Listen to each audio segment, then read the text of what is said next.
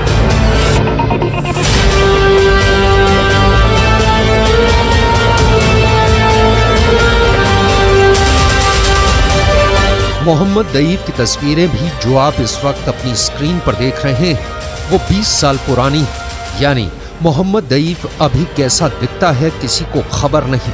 उसके बारे में गाजा पट्टी के लोगों को भी ज्यादा कुछ नहीं पता। मोहम्मद दईफ को दुनिया भर में नया ओसामा बिन लादेन का नाम दिया जा रहा है। गाजा पट्टी में मोहम्मद दईफ को लोग गेस्ट के नाम से जानते हैं क्योंकि मौत का दूसरा नाम मोहम्मद दईफ एक जगह कहीं ठहरता नहीं।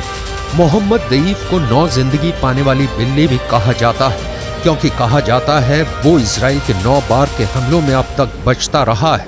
लेकिन इंटरनेट पर मोहम्मद दईफ के बारे में जो जानकारी मौजूद है उसके मुताबिक मोहम्मद दईफ हमास के मिलिट्री विंग कस्साम का सुप्रीम कमांडर है। मोहम्मद दईफ ही इजराइल पर थल और नभ यानी पैराग्लाइडर से हमले का मास्टरमाइंड है। इसी आतंक के आका ने इजराइल को दुनिया के नक्शे से मिटाने की प्लानिंग की थी। इसी की कमान में हमास के सैकड़ों आतंकवादियों को एक साथ इजराइल भेजा गया। इसी मोहम्मद दईफ ने गाजा में बैठे बैठे इजराइल की सड़कों पर कत्लेआम की स्क्रिप्ट लिखी। इस मोहम्मद दईफ गाजा पट्टी के 20 लाख लोगों की जिंदगी इजराइल की मिसाइलों की ओर मोड़ दी। अपाहिज आतंकी ने रात के अंधेरे में जो कुछ रचा उसे अब पूरा गाजा पट्टी भुगत रहा है।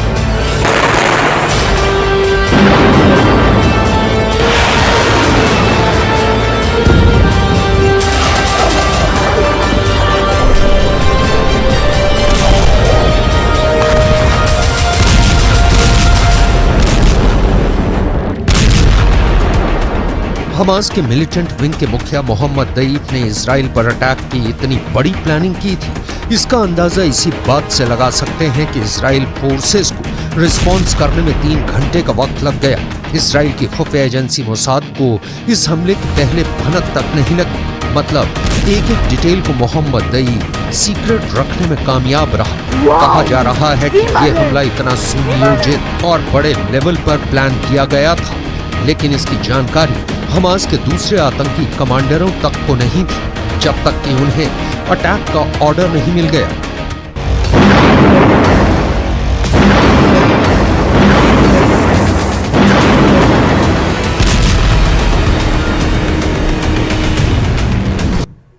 अब वही हमास के हमले से चाइल्ड अस्पताल का एक हिस्सा तबाह और बर्बाद हो चुका है। ये तस्वीरें सामने आई हैं। चाइल्ड डिपार्टमेंट में हर तरफ बर्बादी के निशान दिखाई दे रहे हैं। न्यूज़ 18 इंडिया की टीम के कैमरे में वहां का एक नज़ारा कैद हुआ है। देखिए ये रिपोर्ट। न्यूज़ 18 इंडिया आपको लगातार ग्राउंड जीरो से हर वो रिपोर्ट दिखा रहा है, हर जगह से हर पल वो रिपोर्ट दिखा रहा है जिसने इजराइल को चुनौती दी है हमास के हमले की। लेकिन सबसे अहम बात यह है कि हमास ने अस्पतालों को भी नहीं छोड़ा। ये जो डेब्रिस आपको दिख रहा है यानी मलबा जो दिख रहा है ये एक अस्पताल का मलबा है। बारजिलाई अस्पताल है, बारजिलाई यूनिवर्सिटी मेडिकल सेंटर जो कि एस्थेलॉन में है, जो कि बिल्कुल बगल में है हमास के। ये कांच के टूटे शीशे आप देख सकते हैं। ये अस्पताल पर हमला किया गया है। गनीमत था कि वहाँ कोई मरीज जहाँ बैठते वहाँ नहीं, बारजिलाई यूनिवर्सिटी मेडिकल सेंटर। और अब आपको दिखाता है जो डैमेज हुआ है, ये देख सकते हैं। ये सामने का एरिया पूरा का पूरा डैमेज हुआ है। करम सिंह हमारे कैमरा पर्सन जो हमारे साथ युद्ध भूमि में लगातार हमारे साथ मौजूद है, वो आपको दिखा रहे। इस तरह से रेड रिबन से इसको प्रोटेक्टेड एरिया के तहत बना दिया गया है। और इम्पैक्ट कितना था वो आपको दिखाते हैं। इम्पैक्ट कितना था वो आपको दिखाएंगे। अस्पतालों को भी नहीं छोड़े। और ये पहला हमला था। 7 तारीख को ये हमला किया गया था। ये देखिए नीचे की दीवारें जो है दरक गई हैं। करम ये दिखाइए जो हमें देख रहे हैं न्यूज़ 18 इंडिया पे, वो देखिए नीचे की दीवार ये पूरी दरक गई है। उधर दूसरी तरफ ये दीवारें जो है मिसाइल के इम्पैक्ट से ही गिरी है। करम आप पीछे देखिएगा। और ये आपको हर तरह से तस्वीरें हम ला कर दे रहे हैं। ये डोर्स के फ्रेम थे, वो जो मलबा आपको दिखाया था पीछे में, इसी तरह के फ्रेम लगे हुए थे पूरे ऊपर, यहाँ वो गिर गया है। ये देखिए सारे फ्रेम गिरे हुए हैं और ये दीवार की स्थिति देखिए। ये तो एक तरफ से आपको इम्पैक्ट पता चलेगा 7 अक्टूबर की घटना का, जब मिसाइल से हमला किया गया। अब वही हमास के हमले के बाद इजराइल के समर्थन में कई देश आकर खड़े हुए हैं। अमेरिका के बाद ब्रिटेन ने भी इजराइल के सपोर्ट में एक बहुत बड़ा फैसला लिया है और पूर्वी भूमध्य सागर में नौसेना के 2 जहाज भेजने का फैसला भी कर दिया है। अब यूनाइटेड किंगडम के साथ और अमेरिका के साथ जर्मनी ने भी हर साथ का वादा दिया है। फ्रांस ने भी कहा है कि वो पुरजोर मदद करेगा इजराइल की और इजराइल के खिलाफ किसी भी प्रदर्शन को अनुमति फ्रांस में अब नहीं दी जाएगी, ऐसा मैक्रोन ने कहा है।